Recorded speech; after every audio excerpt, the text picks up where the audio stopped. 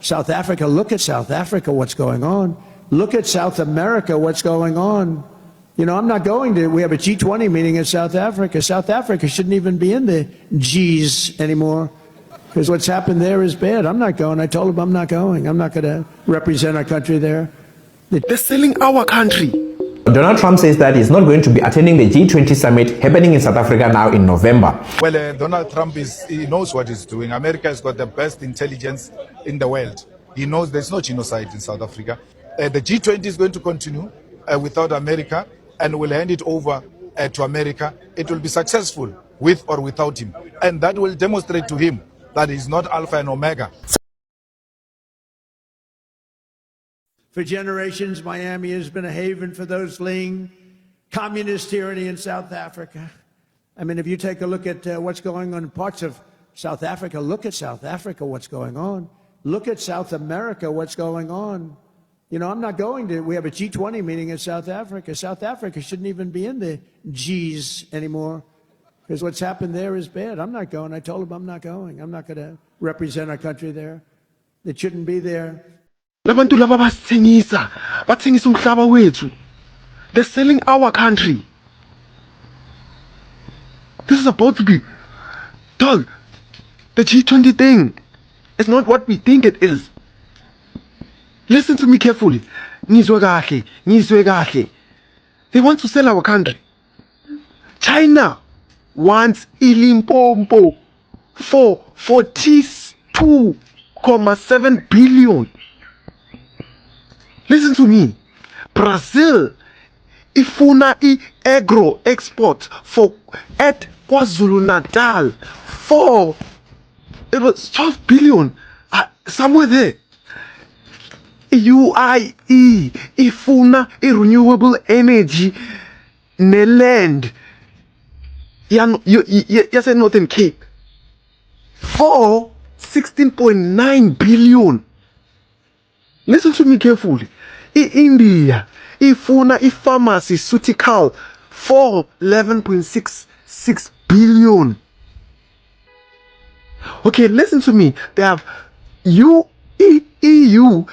ifuna green hydrogen shipping for 32 billion. And listen, South Africa izothola 12.5 billion for hosting as a bonus. These people, they are selling our country, bro. Like, they're going to separate it. Like, imagine iLimpopo izoba i-ownwa China, man.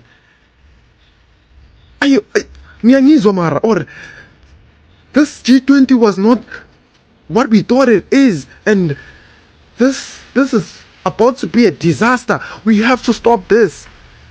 No man. We have to stop this. This is something that is going to, bro, these people have made us to be looking at something like sibheke izinto ezingasifuni, sibheke izinto is wrong. We have to look at this G20 thing and focus on it and close the street, close the roads, close everything, so that those people, they can't even like pass to go to that meeting. If Ramaphosa sign those papers for G20, we are done. If Ramaphosa sign those papers, it's over for us, because it's about to get heated. That's why Ramaphosa angenandaba labantu laba bama-Palestinians bayazala South Africa, because he knows ukuthi South Africa business. Business is South Africa. We are living in a business country. Like, these people, they're selling our country as a joke. It's like, it's just a playground. They don't care about us. They don't care about or what. They just need distractions nje kuphela ukuthi bona bakhone ukuthengisa iLimpopo, thengisa renewable land energy and Northern Cape bathengisa pharmaceutical. bathengisa green hydrogen shipping for billions and billions of money. So Donald Trump says that he's not going to be attending the G20 summit happening in South Africa now in November. And we also heard that the president of Argentina, President Milei, is also not coming. President Xi also won't be attending it personally, but he is sending a senior delegate to come and attend the summit. South Africa, look at South Africa, what's going on. You know, I'm not going to, we have a G20 meeting in South Africa. South Africa shouldn't even be in the Gs anymore. So is this going to have an impact on the G20? Is this a big deal? Well, Mr. T is here with some tea in geopolitics. So let's dive in. So the question is that, does this mean that the summit is not going to be successful because the United States is not going to attend? And the answer is no, not really. Not for South Africa anyway. You need to understand that before the tariffs, before Donald Trump came in, trade between South Africa and the United States constituted around 6%, right? 6 to 7%. And then that included AGOA. But then AGOA expired in September and it wasn't renewed, which is weird because you're no longer hearing people talking about it a lot. Before that, people were like, we need to appease the United States, mostly people from AfriForum and all of those groups. They were saying that, yes, we need to go and beg so that AGOA is no longer there, but it's not like things are falling apart in Africa, to be honest, right? So the trade between South Africa and the United States was at about 6 to 7%. And after the tariffs and AGOA being removed, that means that it's probably dropped to maybe around 4%. So even without the United States, it doesn't really have that much of an impact on South Africa. And that's because power is shifting from the Western countries to the Eastern Bloc. So definitely for South Africa looking forward, it makes more sense to establish more trade relations with countries in the global south, countries in South America, in Africa, and in Asia. And as we have seen, the government has really taken many steps to do this. We saw the president traveling in ASEAN. He also went to Europe because Europe is also a very important trade partner for South Africa specifically. We do sell a lot of things to Europe. So Donald Trump not being there doesn't really have that much of an impact on the summit. Now, I saw people saying that the fact that Xi Jinping is not coming, that's a sign. It means that China is angry at South Africa, this and that and that. But no, that's not what that means. You need to understand that Xi Jinping is running a country of 1.5 billion people. And that country is on a trade war right now with the United States of America. And on top of that, the guy is not young. It's not like he's in his 40s or in his 50s. So that makes a lot of sense. And it's not the first time that he didn't attend an important summit. He didn't go to the BRICS summit in Brazil. And people came out, they said, what does that mean? Does this mean something? How should we interpret it? You should interpret it as if he can't make it. That doesn't mean that he's not happy with that country. You know, flying from China all the way to South Africa is not like a short distance. It's not like he's just gonna hop. And at his age and with the amount of responsibility that he has been limiting how many times he leaves the country. So to me, that makes a lot of sense. And also when we look at the trade side, the trade between South Africa and China has actually been growing. And China has been investing a lot now in South Africa. We heard of BYD, which is coming to build hundreds of charging stations from their own pockets. China has been involved now in energy production in the Northern Cape. So this doesn't mean that there's an issue between South Africa and China. I don't think so. The 100 megawatt Redstone concentrated solar thermal power project being built by SEPCO 3 Electric Power Construction Corporation, a subsidiary of Power China, will be the first CSP project in sub-Saharan Africa and also one of the largest renewable energy investment projects in South Africa. The project will address the country's power deficit and play a crucial role in benefiting locals in South Africa. I'm gonna make a video about this, about all of these investments that are happening between China and South Africa and the cooperation. And by the way, South Africa is going to put a telescope on the far side of the moon, working together with China. And this is gonna happen somewhere around 2028. I'll make a separate video about that because it's an amazing side of the cooperation that is happening between Africa, most specifically South Africa and China. So yes, Donald Trump is not gonna come, but that is not going to have much of an impact. Cyril Ramaphosa even came out and said so himself to say the summit will go on and we won't miss him. So I think that's what's going on right now. Can I ask you something completely different? Just on G20 and President Donald Trump's utterances and our government's non-response to that. What's the EFF's take on that?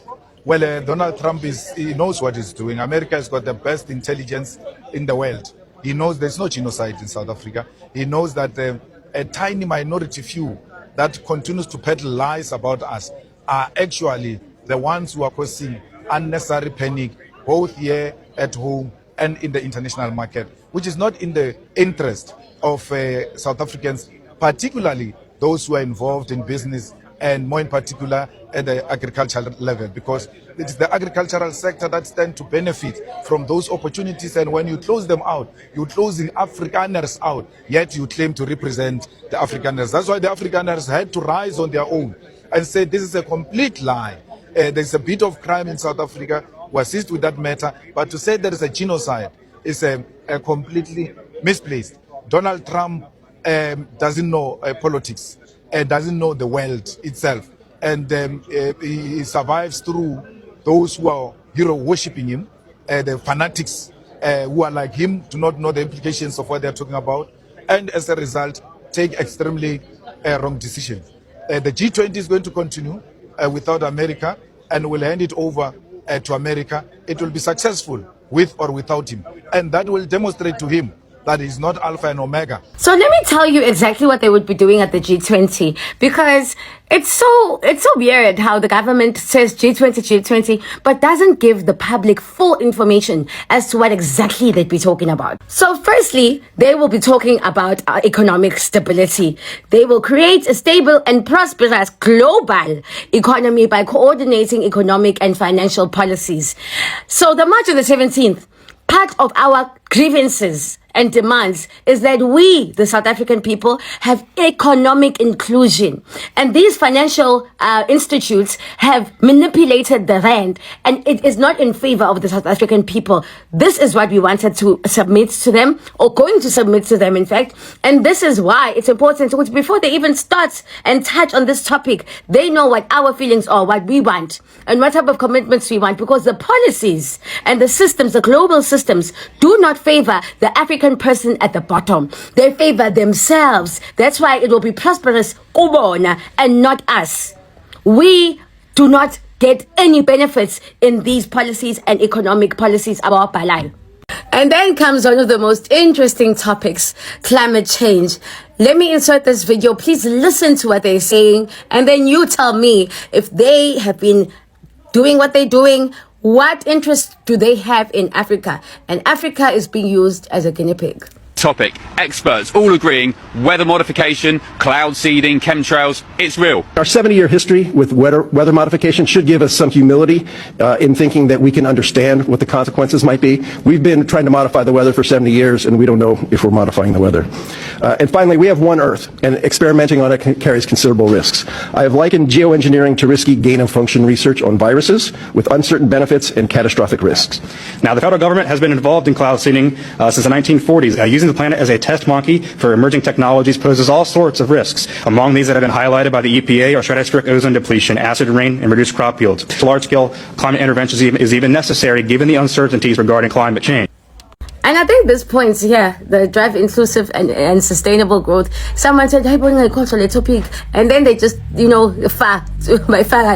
because we live in the most unequal economy right now, and thanks to Cyril, that gap is even widened even more. Digital transformation, come on, really. And Cyril is the same guy who said, dialogue is kulume. We said we don't want to dialogue. He went right ahead with the dialogue. And he asked us, why don't we ask ourselves why we are so poor and why he's so rich? I'm so glad Umkhanazi showed us exactly why we are so poor and why he is so rich. Mind you, he owns about, what do they say, about 1.9% of Standard Bank, and that's how he got rich. See how why these policies, financial policies, will only favor yena nekenge yakhe. So the G20, I don't see how we can allow such conversations to be had. What is that? And people in Gauteng, don't forget, from the 18th until the 20th of November, they will be in Birchwood Hotel. It is in the East Rand, very close to the airport, very close to East Rand Mall. That's where they're going to be.